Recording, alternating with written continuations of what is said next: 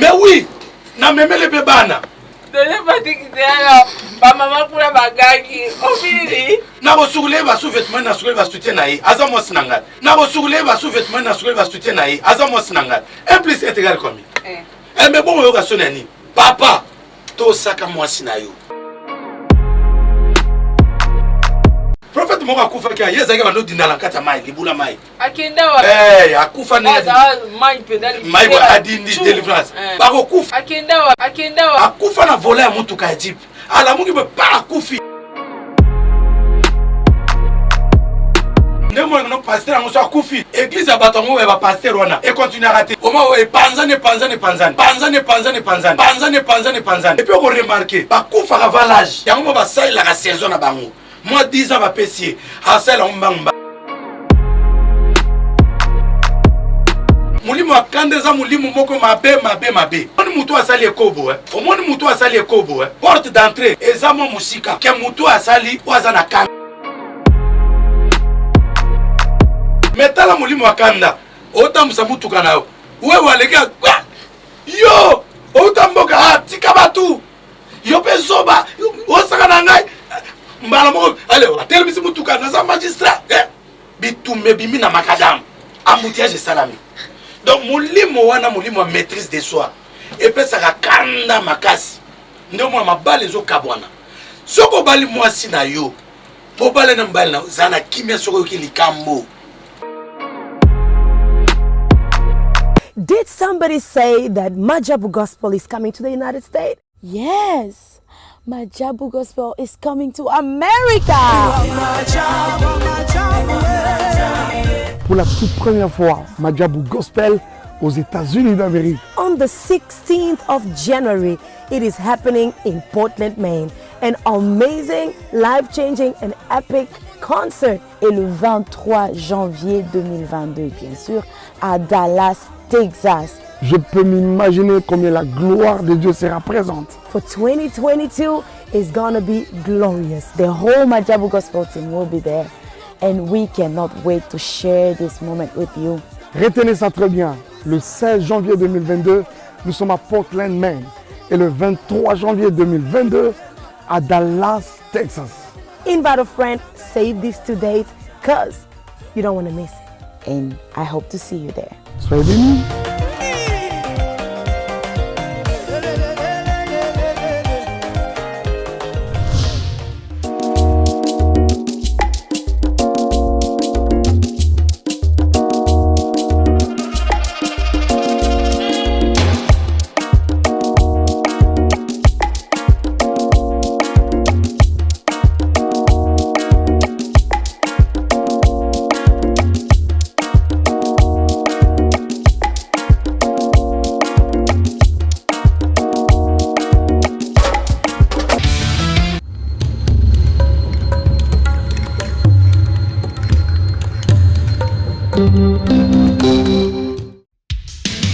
Merci.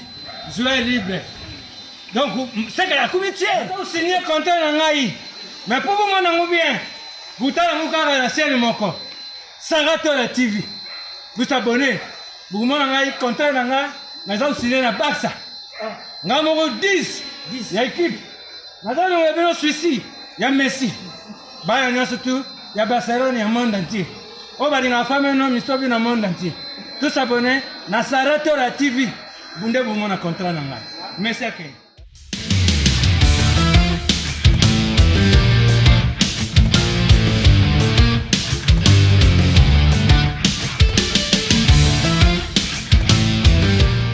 Salut tout le monde, bienvenue dans votre émission Analysons tous ensemble qui est présentée par moi, la votre blogueuse influenceuse Sarah Tola. Aujourd'hui, je vais recevoir pour vous le docteur Patrick Mobik ici. Alors, avec le docteur Patrick Mobik ici, notre fois on a parlé des combats spirituels.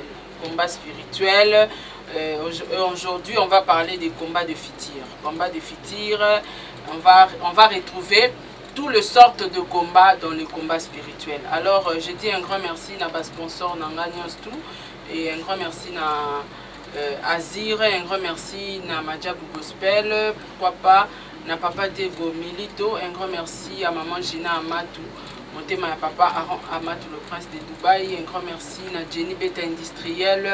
Un grand merci à président Charles Tamboui. Un grand merci à Amélia Moueba, la privado ya Orlando Domingos. Un grand merci à Tatapo et Fapekato. Un grand merci à Sol ya Bambemba la commentaire. Et au Penza, on a invité dans le cadeau Nini. Et un grand merci à président Bébé, maman présidente, maman Nathalie, na bande cognos tout ya groupe WhatsApp. Alors, question d'actualité, pourquoi le pasteur va commis Bokandi Sabat? Pourquoi le pasteur va commis cause y a enlèvement?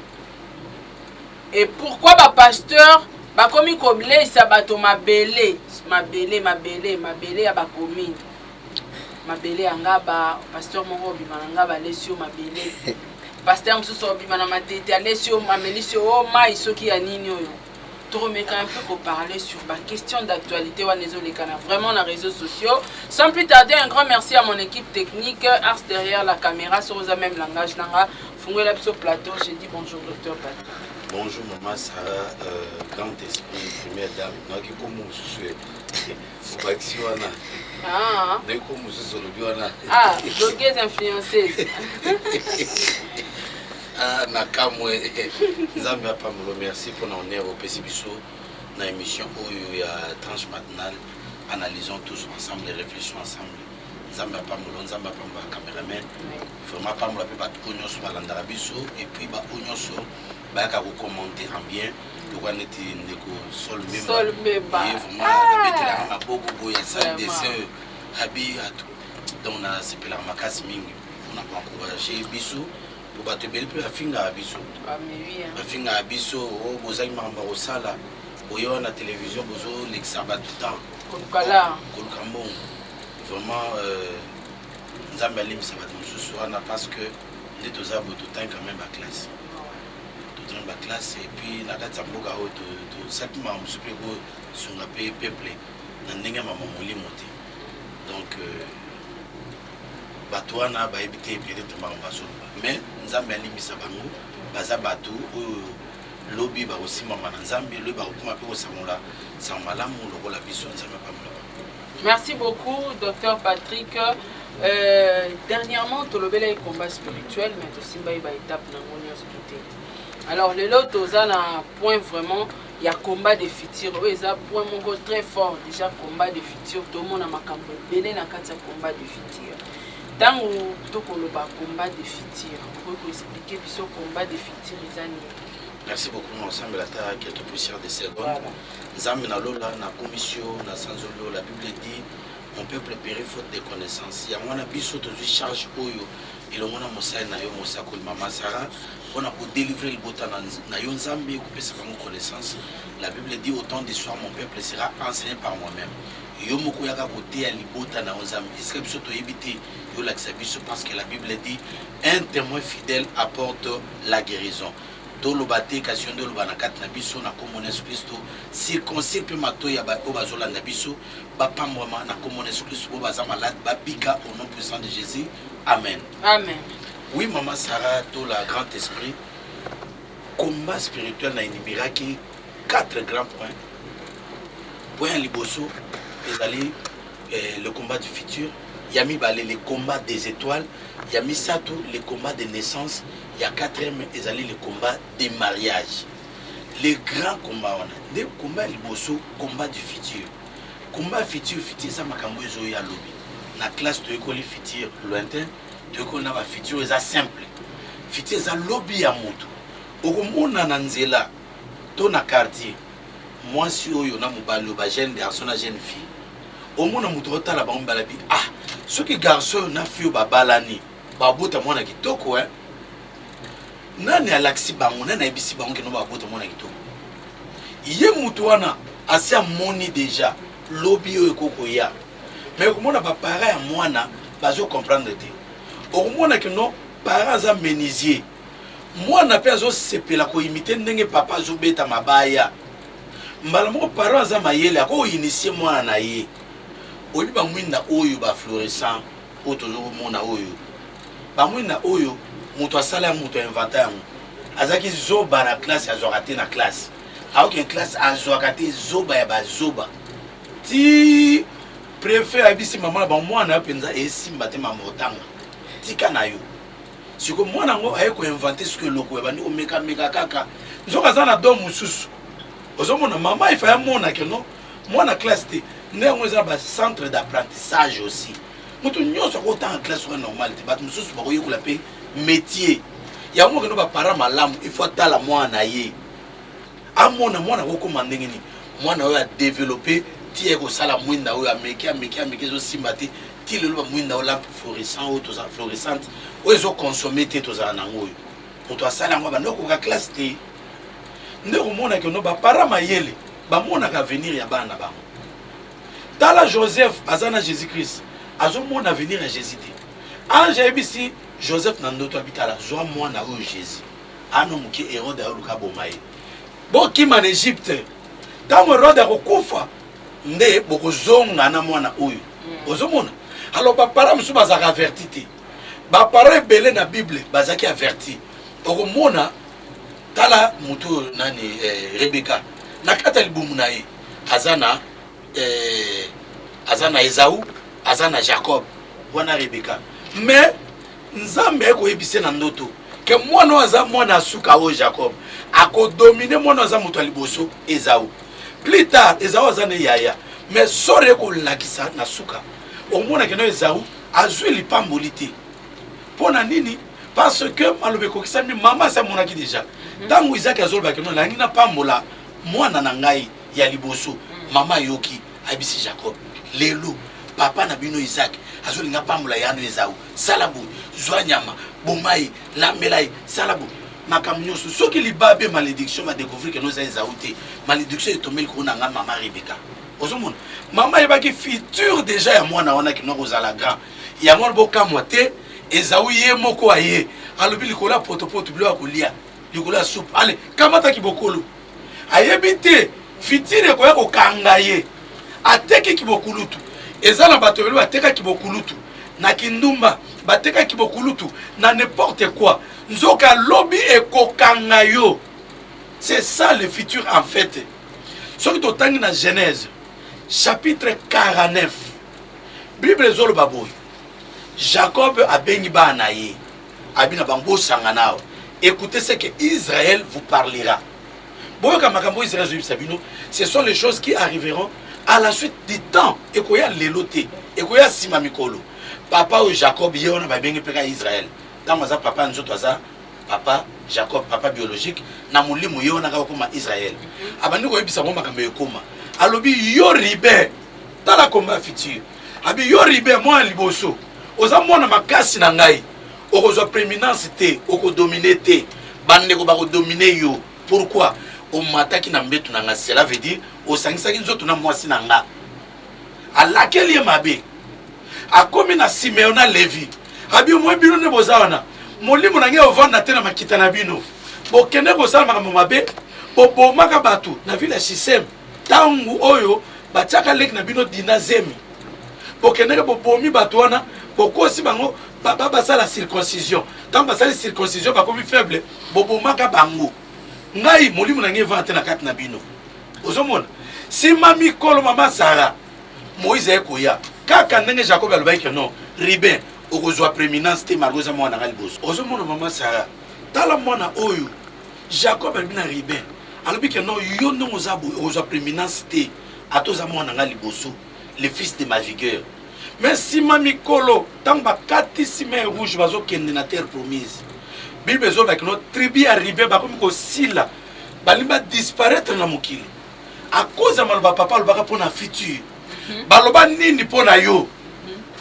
oyo kobonga te oyo makambo nde kosimba te ekomi kolanda yo ozomona no futur no ebebi makambo ezosimba te à cause ya badéclaration moko boye yango na kosalaka maseki te soki moto alobi mabe mpona yo telemela ye parce que pouvoir ezalaka na kati ya maloba na monoko na biso ozomona eza na bato ebele batata mwasi baloba yo loko salinga boy yo komona na libana na yo loko na zwi liputa te okobota te na libana na yo loko nga na zwi sapato te okobota te loko na fete libala biso famille botata to lebi loko te biloko est retard à cause de biloko kolia muto asilika le mabe au moins que muto abali azobota te mama Sarah bitumba ya futur nde Moïse eko bondela pona Ribert alobi que Ribert vive à cause de maloba oyo balobaki futur baby ozomona bato bele ba futur na bango baby atiki Afrique awo ake poto akaske no kobonga akoma kuna eloko moko te malonga futur basi ba baby ça déjà ozomona basi ba baby ça destiné tant ba loba maloba wana il faut oser pena maloba oyo ekoza puissance yango na biso basai na nzambe bato bamona exemple mutu musozo babi naoke na pasteur wap naoke na prophète wap ngape na kobondela naza na nzambe na nga mutu toza na dimension oza na nzambe ndenge moko te parce que la Bible dit quand j'enverrai la peste parmi mon peuple si mon peuple sur qui est invoqué mon nom simili prie cherche ma face se détourne de leur mauvaise voie je l'exaucerai si mon peuple sur qui le peuple Dieu est un serviteur de Dieu qui est en cheval qui est au milieu le peuple ne peut jamais invoquer Dieu du coup il faut qu'il y ait quelqu'un sur qui le peuple invoque Dieu pour alongo la malédiction. Nderomona ana na temple. Amataka na temple ana mama Samuel.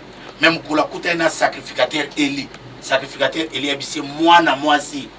Zonga na yo. Kena ndaku lia pe mela. Ozo na bana. Ozo bota na yo. Azongi na kimia. Asaki intercession te. Akuta mose na nzambe. Naza capable ya kolongola maloba mabe baloba pona yo. Naza capable ya kolongola malédiction. O baloba pona bo mwena yo. C'est le docteur Patrick Béni du ciel, le prophète Mobikisi. Vous nous appelez, on va prier pour vous. Nengo moningawa lobby. Notre aussi sa prière à 45 jours, maman Sarah. 45 jours. Nzamba kumisama na témoignage mon a joué c'est signata on a commis na bureau avec panayo. Problème que nazaka moninga na tellement na banu ko sauter. Moi si moko boyaza na France.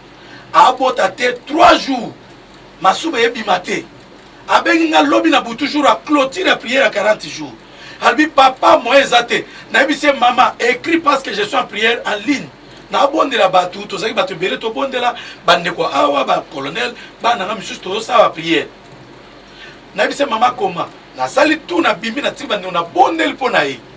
Lelo to va na polé ba mukendi awa témoin na lakisi.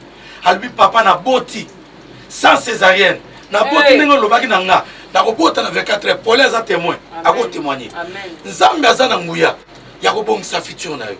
Voilà les grands combats du futur et ça na ba point oyo toko ko énumérer na kati wana ba point ezebele wana ezana maboko na yo. Merci beaucoup docteur Patrick pour l'explication.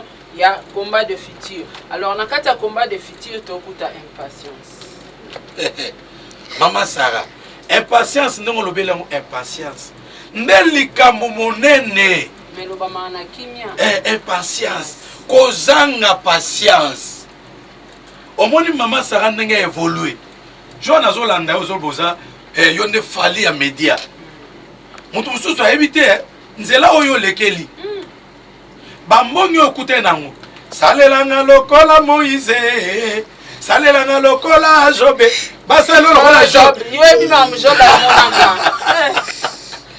Yo ebi ma Job ya monaka te. Impatience dans la vie. On nous comment le la mutubo ne ba te belé ba simba kisi. Pona yango simbi kisi.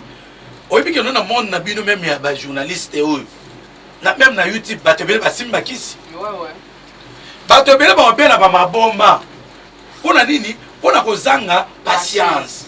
Na ngina tanga nanu awa parce que koloba mingi kozanga kotanga Bible ezapi mabe. Tikana tanga no Bible Habakkuk awa chapitre 2. Habakkuk chapitre 2 verset 1 na kitina 2. Bible lo bibu. J'étais à mon poste. Problème est faut za na poste na yo. Oza na musa na yo. Oze la paix. Oliko bima mara moko boy. Oliko matambala moko même à escalier za na premier niveau, deuxième niveau, troisième ozo matamale malembe. Ah ouais. Yo mona pi mwana muke. Oboti mwana mama mino ebi mina munoko. Bonjour maman Sarah, oki mandap. Mwana yo moko oki mandap. Mais mono ndenge nini? Mwana fazala. Ale kabeta nyonso. Asuba na bilamba, anguluma. Bana miso exceptionnel les ara na mupi. mais ça to boti bana 10 bana nyos tout maman va telemi maman bonjour madame bonjour monsieur on est remis sorcellerie. J'étais à mon poste et je me tenais sur la tour. J'ai veillé pour voir ce que l'Éternel me dirait et ce que j'ai répliquerai après ma plainte. L'Éternel m'adressa la parole et dit: écris la prophétie, grave-la sur la table, afin qu'on la lise couramment.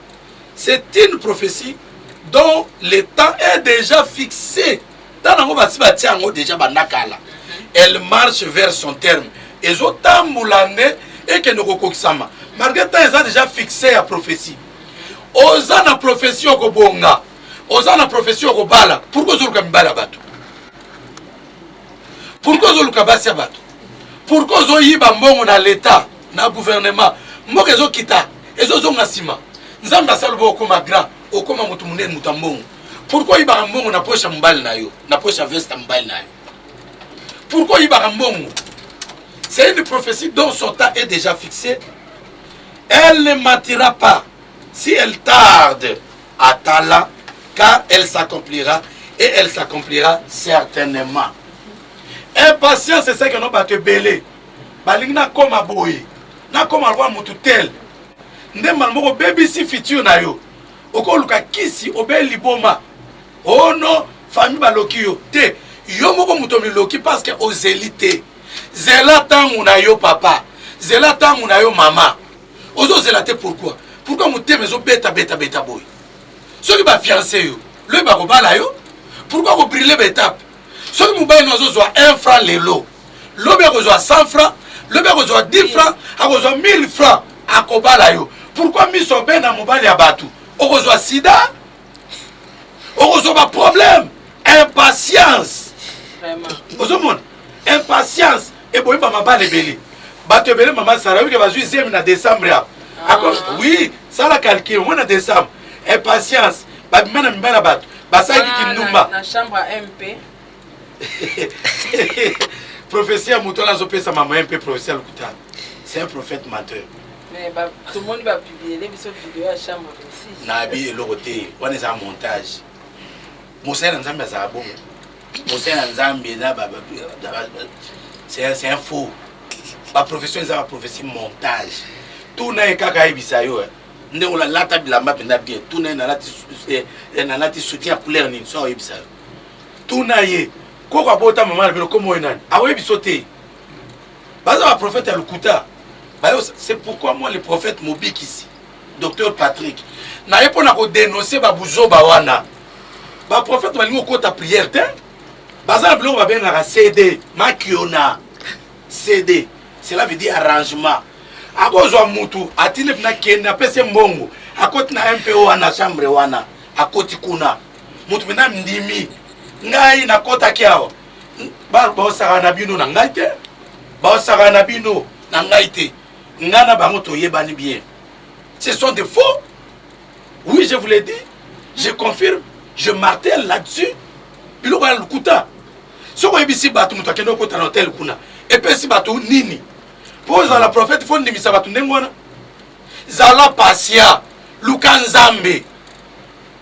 Nzambe a moni sama. Si Nzambe appelle sur prophétie. Nde problème les autres appellent na mboka na biso. Prophète lobelanga. Bon, nazo ebisa prophète babengi na hébreu nabi. Nabi lakisi la bouche D. C'est lui qui parle à la place D. L'ambassadeur D. Siko soki Nzambe ye moko. Akangine munoko yo mundimi obi prophète lobelanga. Abo lobelo penza. Abo mami kayo. Obi tumeza na famille na bino. Akolobela yo. Bitumba ya ndenge nini? Bitumeza le combat spirituel, la Bible en a parlé. Na Genèse, tin Apocalypse. Balobela biso ndenge adakoya. Na Apocalypse balobela biso comment le diable a quitté na mokili. Bible zo ki no malheur à la terre car le diable est descendu parmi vous. C'est-à-dire totamona bitumba déjà. Totamona même Yesu abiso est prudent comme les serpents. Hein? Vous êtes au milieu des loups.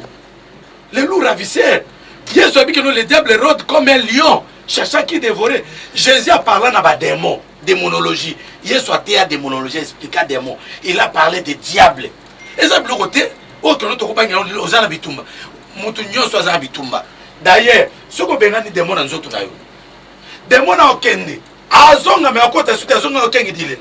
Aotala. Est-ce que ndaku neza balaye? Ce que mon keno za vite. Akia ko zo ba démon misuso ba lekiye. Bazongi. Ba ko vanda sikoyo. Ozomona. La Bible en a parlé. Biloko neza biloko to linya ngote. Bon système automone en l'église misusu ba comment ça la kutu fiche que oye consultation prophétique pas. Biloko na kasima ki on evandi wanat. Tangu yoko ya osali consultation lobi ke non ndenge za boy ngai mama Saratola. Opesi ko mon adresse na makamno nyos tu. Ye muto na secrétaire on a okango photo na WhatsApp. C'est une le pasteur. Tangu yoko tout maintenant nous prophétiser. Mais vous comprenez pas mal mo na bimisimbo. Ndenge ba prophète ba WhatsApp tana ko panza bango. Le prophète Mobi qui c'est le docteur Patrick est venu pour détruire tous les prophètes. Alors, coller sa batu ba mama batu. Coller sa bango. Prophète Moka akufa ki yeza ke bano dindala kata mai libula mai. Akenda wapi? Akufa ne. Mai pedali. Mai ba adindi délivrance. Bako kufa ko bana yana bangwala kuna tina na lek na bango. Wasuka. Ba wasuka bango nyoso bakufa. Parce que bloko na ozana kimiate. Ozana kimiate. Tango osama ki ona ozana kimiate na conscience na yo. Oyeba ke no mbongo na olia. Bana yana banga mukolo na yero manga. Bazana yana banga mukolo kubana pétage tilek na banga. Yana banga mukolo ne pétage. Pétage tilek na banga suka. Ya mukuse. Bango nyonso na batoma ki on a 5-6 bango. Donc l'air vient les déjà venu. Oyo bakoza la frapper tala bazana conscience tranquillité. Tant basa biloko wana. Omoso avandi. Mungu nzambe yako yibisa bango. Ole sa mwasi no monga moyibi. Ole sa banu monga moyibi. Est-ce que le futur va en aller? Parce que je parle du combat du futur. Les sabats na yo mbongo oyo ozuna moto ki na mosala na nzambe. Omoninga conscience na nga tranquille. Omoso alati 20 step. Eza moto ki na ngamo. Na ninga kimia. So na same nzambe. Na yaki ya mukolo ya les premiers opambolinga. Eza moto ki na nga. Opambolinga. Ah docteur, vraiment na pesa action de grâce na nga. Na pambola maki eza moto ki na nga. Pona nini totamoli na yo tokela ba orphelinat na ke na zo samelo bité na kanisa ta docteur Patrick Boy ata na bola moko na pambola na ulia ona kimia mieux vaut na lia matembele na ndako ya kimia na bien sauf na kata mutuka toke lengi na mutanga zali bande zo tambola sauf na kati kuna pour mon bien te ezaka kiti na makolo kuto esalo passe na embouteillage o gagner nini. La Bible dit à quoi sert à un homme de gagner toutes choses de la terre et il perd sa vie. C'est ça le combat du futur. Au moins lelo, osama kiona. Na moko zaki na nini ya na côté stade de martyr. Ya zaki otenga na mona ka onga kitata. Akufa na voler ya mutuka ya jeep. Ala mungi be pa akufi. Ava kufa makamususu ko bima tout ça abandi ko mona batu abandi ko loba akufi. Et puis on remarque ba kufa ka valage. Yango ba sai la saison na bango. Moi 10 ans va pessier. Ah ça là bang. Mais moi le docteur de la parole de Dieu je suis là. Jusqu'à tititi yeso azobo mwenanga. Na wele lo mokote. Na na somba voiture. Na sala makionate. Na bakabela nga lupango. Et pas muninga na mubali. Na sala makionate. Na mito to so anu na tonga na kunanga. Na sala makionate. Ozomon. Nzambe alongisa nga. Muninga na mubali pasteur akabela lupango. Ok non. Comment fait-il que nous avons commis moi si na été PDT a commis nani au bébé en PD a commis PDT et l'autre moroté mais a kabel na lupang na otanga pe komonia aza pe juste quelque part pe awa aza quelque part quand environ na funda awa a ebi pe yo aluka pe yo a oya pe mo komso te en émission na awa côté funa ngana aza yebanité. Mais à l'andanga, nous avons une mission pour vous. Ah, docteur, nous avons libre paix. Tant que nous avons été à Marie, nous avons été belé. Ah, vous avez un espace, à tout un espace combien? Nous avons bien beau solo là. Vous avez beau solo là. Nous avons été à terre, c'est malam. Vous avez donc, vie appréciée, impatience, pour les bossos, pour les mounines, pour les bombes.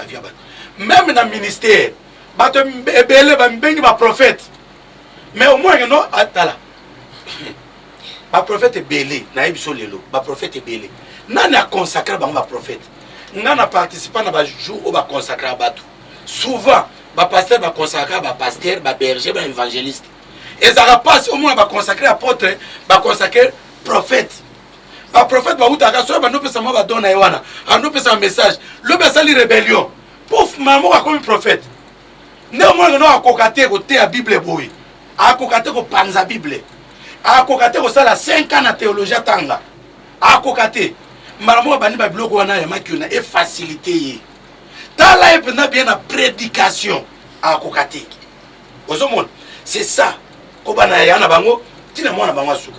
Donc c'est un peu ça le message d'impatience. Il faut que vous en ayez kimia dans la vie. Si tu cherches Dieu, Dieu va te faire voir sa face. C'est ça l'impatience. Les grands combats de futur. Futur ne robeba. Ba no ba robeba. Pour laisser ba no mo mabe. Moi je moi divorce au salama. Ne moi no pasteur on soit koufi. Église à batongo va pasteur wana et continue à rater. Au moins panzane. Mais tant la ko na biso ba idi na bala. Bakufi banza malamu ezati lelo ozomona donc bazaki na semence ya bien voilà. Merci beaucoup docteur Patrick ba signaler biso ngonga na yebi ke to chité na maîtrise de soi. Deuxième point donc combat de futur to bandi na point A impatience ça vous expliquer to chité na maîtrise de soi. Prochainement to lever la sommeil na orgueil. Maîtrise de soi. Maîtrise de soi. Maman Nangai Sarah. Et c'est le moko, si nous avons maîtrise de soi, azan na Saint-Esprit na katina ye. Nga bona ba pasteur bele ba agité. Mais au moins aza agité, azan na kimia te, maîtrise de soi ezate. Pona ye azo viser, nga ba to be benganga. Oh docteur Patrick, nazo benga naza desi. Ceux qui na bengi prophète moko soka na tinele mbongo. Pa, akangi téléphone. Yo le mbongo ba sa musalati. Nyo kwama. Zanga pongi. Ako bata poto. Lia mbongo na e. Ako.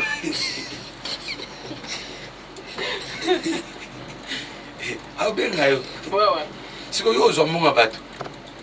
Ole yango, ole sa musalati. Maîtrise de soi ezate. Il faut là que ça que nous honnête.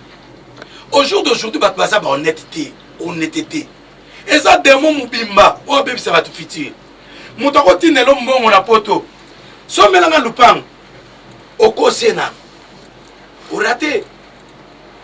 O so milpang mo na kitsuka na bibwa ya mabe.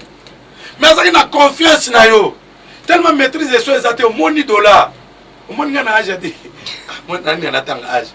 Dans l'an 2000 kawana. Nous avons souvenir déjà. Ba bloko ba dollar na zongo. Na mona makambo.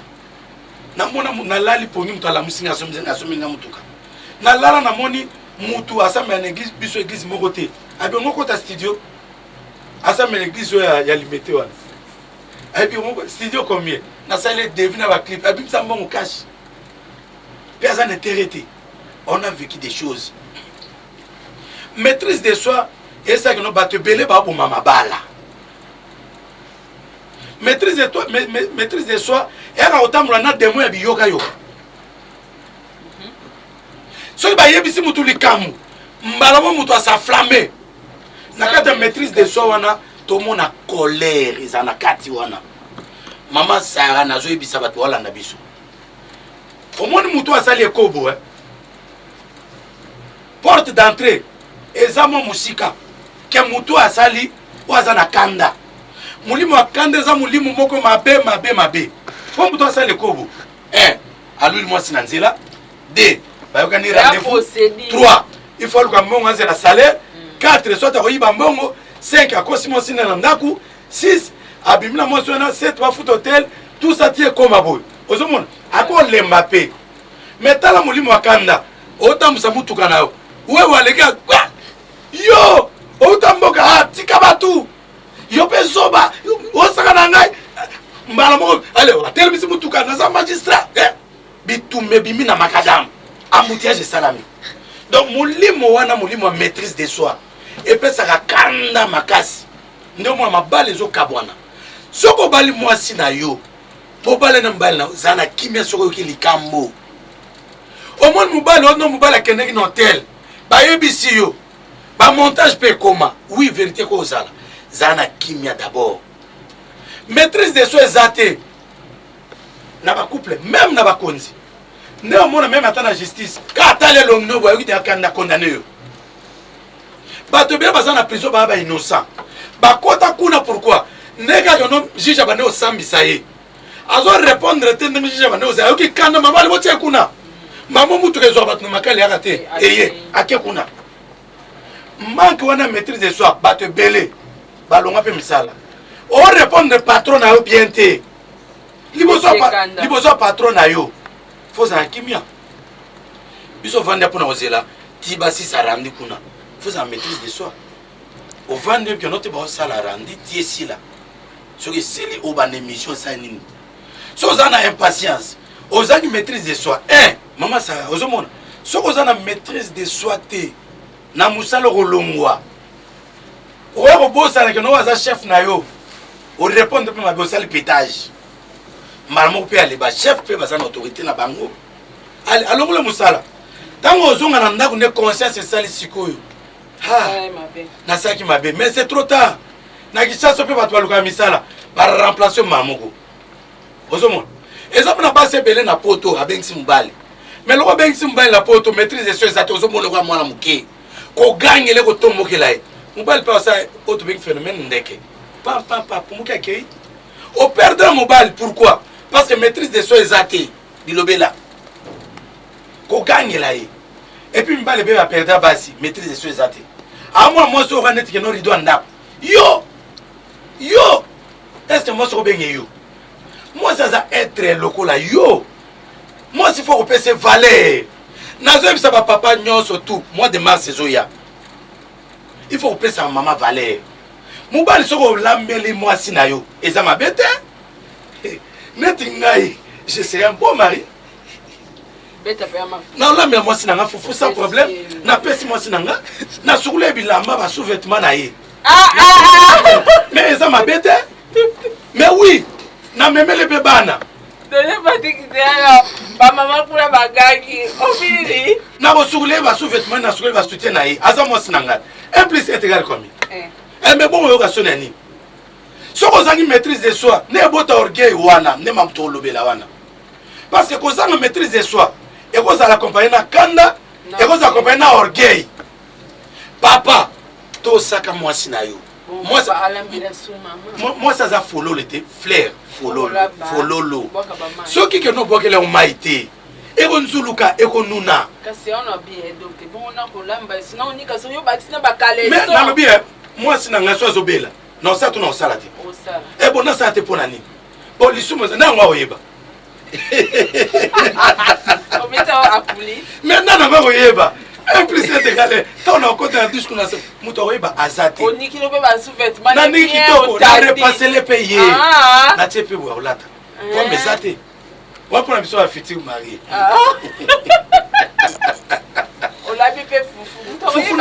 tala nalambaka naolamba kitoko sans problème mais oui sans problème mwasi aza fololo aza aide semblable na yo mama aboti yo papa oyo soki ke nozobela akoya te kosukula yo mwasi wana moto akosukula yo aza ami akolanda yo ti na suka vi na yo makambo mosusu ozanga baproblème mama bino kozala kufi otikala orphelin daye oza orphelin mwasi no moto aremplace mama na bino oyebi ye tala ngai na bande mpe kozala mwa balolendo mais mama nakosa yo te wana ntango tokande okola tolia bamalewa ntango nakomi kolamba moko mosusu nakokalinga soso oyebi nani soso biakui soko ngo okalinga ngo esotaka na misu ezwanga na misu nde mokwana na banga bamama nayebazika nde boye risque toana risque bamisu namosu poisson ndado likolo risque osakana te oyebi so ozolamba fufu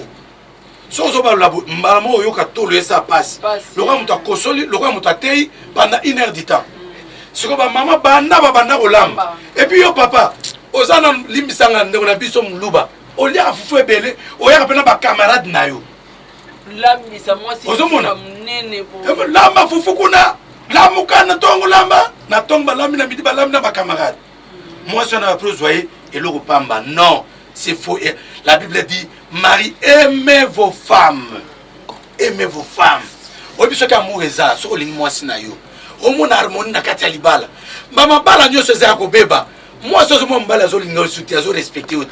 Ils ont un esprit. Ils ont combat futur. Parce que le logo, mon boui, na kat nabino. Torobonde là, torobong selba nabino. Il faut payer sa maman respect. Bamutu ba bota kabiso, bamutu ba sunga kabiso, bamutu ba landa kabiso ti na beta ebele ya vie. Bamutu ba bota la kabiso bani.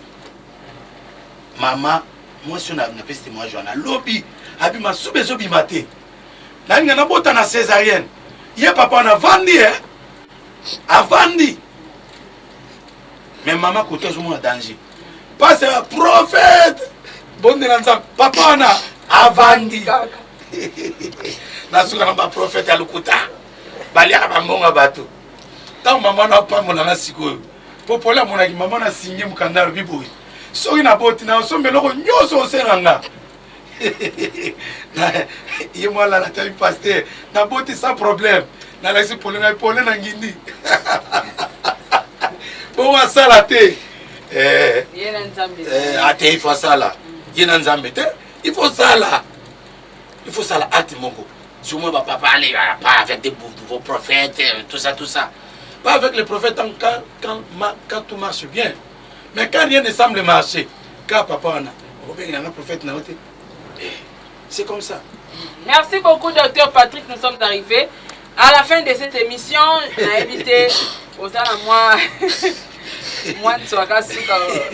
Moi Suka vraiment on m'a kinga mingi. Vraiment. Dans l'émission nous analysons ensemble na zai na retraite pendant 45 jours. Pour prier pour nous préparer année. Au moment où j'avais allé moi mabé, on expliquait que février n'est ce année a sorti. Voilà. Bah na Israël le 14 février na Égypte le 14 février. Il y a un février ça mois a sorti. Préparer sortie na yo. Na juste ça batu nyos tout au balimba bima. On no monana, on no ça la succès mois à février. Mois à février ça mois à succès et ça mois à réussite. Moi à liberté. Na banda prière il y a 21 jours le 14 février. Jeûne et prière.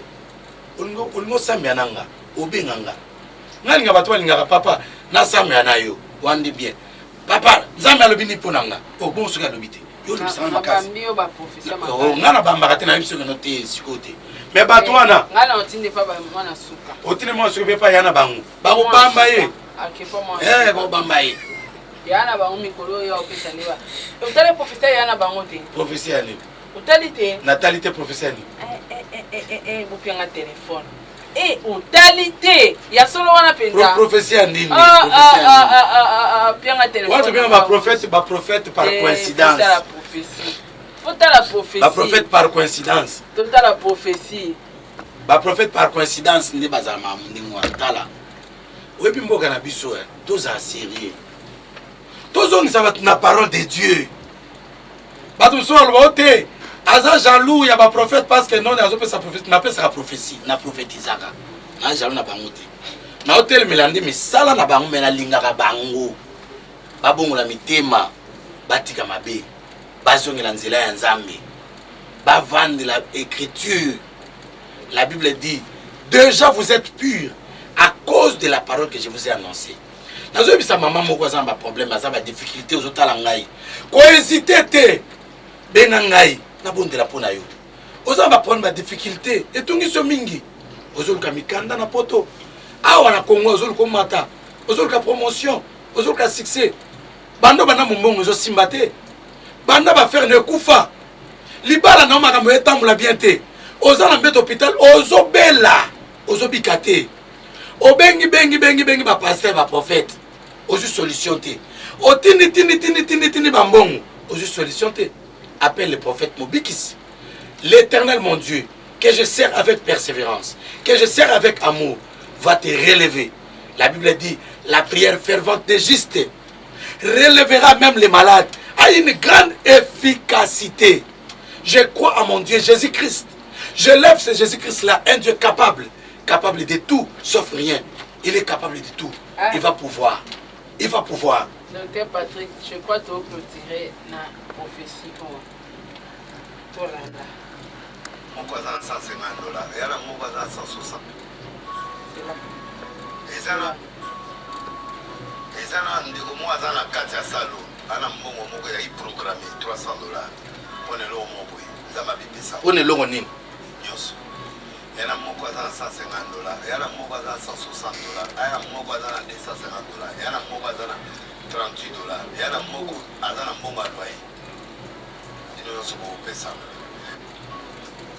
ok. Nzambe atalisi ye bato nyonso tu bazali na bambongo tika biso topema tikanga na docteur Patrick na pema nabi tikanga na pema na te ya parole de Dieu tikanga na pema. Merci docteur Patrick tokomi na suka émission napesi mote na ngai na baoyo nyonso bazolanda biso soki omoni nazalaki mwa matata eza façon na ngai ya koloba mpo nalingaka buzoba te. Je suis un homme de rigueur, je suis un homme sérieux. Nayaka kolobaka bonne émission na ere ya koteya soki navandi nalobaka te naza calme nalobaka te nalobaka na ere ya koteya e nasengi respect na peuple de Dieu topesa peuple de Dieu valeur topesa mo respect bapate ya bato angani korone ekotaki awa bapate oyo bavandaki na ndako bapate oyo bavandaki na ndako bandoya na baeglise te to respecte bango toyo comprendre keno bapate wana bazaka ya Yesu po l'église ekangamaki baofrande mpe wanda ozwa yango te l'église ekangamaki to comprendre que non obikisi obateli aza nzambe ene mokolo bibwele wana napesi mbote na ngai na papa Diego Milito mon président napesi mbote na ngai na mama Saratola oyo opesi biso valeur honneur oyo na cameraman na biso soki image bi malamu eza ye soki mabe ndeka tolobaka eza ye napesi mbote na Maeva koko ya Maeva napesi mbote na mama Joseline napesi mbote na papa Johnny napesi mbote na papa Noël mama Solange na mama Rite napesi mbote na mama Lydia napesi mbote na titi bwana et puis napesi mbote na ami na ngai Serge Kabuya aux États-Unis malgré mikolo azobeta mabe napesi mbote Serge au sable au salon. Donc merci beaucoup. Merci beaucoup docteur Patrick, merci na batu nyonso tu bolanda ki biso bo commenter bo partager émission ce qui vous sepeli nango botine de la biso ba remarque et puis botine de la biso ba question pour une prochaine émission. Au revoir, ciao. Vous avez une entreprise, boutique, ONG, église, restaurant, chaîne de télévision, parti politique, école, université et autres. Et vous voulez que tout le monde soit au courant de vos activités avec Muntu Technology, nous avons une solution pour vous. Nous avons la capacité de vous rendre visible dans le monde entier. Nous allons créer pour vous un site internet, une application mobile Android, iOS, chaîne YouTube, une page professionnelle de tous les réseaux sociaux, sécurité informatique ainsi que le marketing digital. Et nous allons monétiser tous vos services afin de vous permettre de gagner de l'argent sur Internet. Nous sommes sur l'avenue Cabinda, numéro 211 dans la commune de Lingwala, référence Cabinda Center. Veuillez nous contacter au plus 243 82 09 34 440. Mail contact@muntutech.com. Site web c'est www.muntutechnology.com. Muntu the Technology of Africa.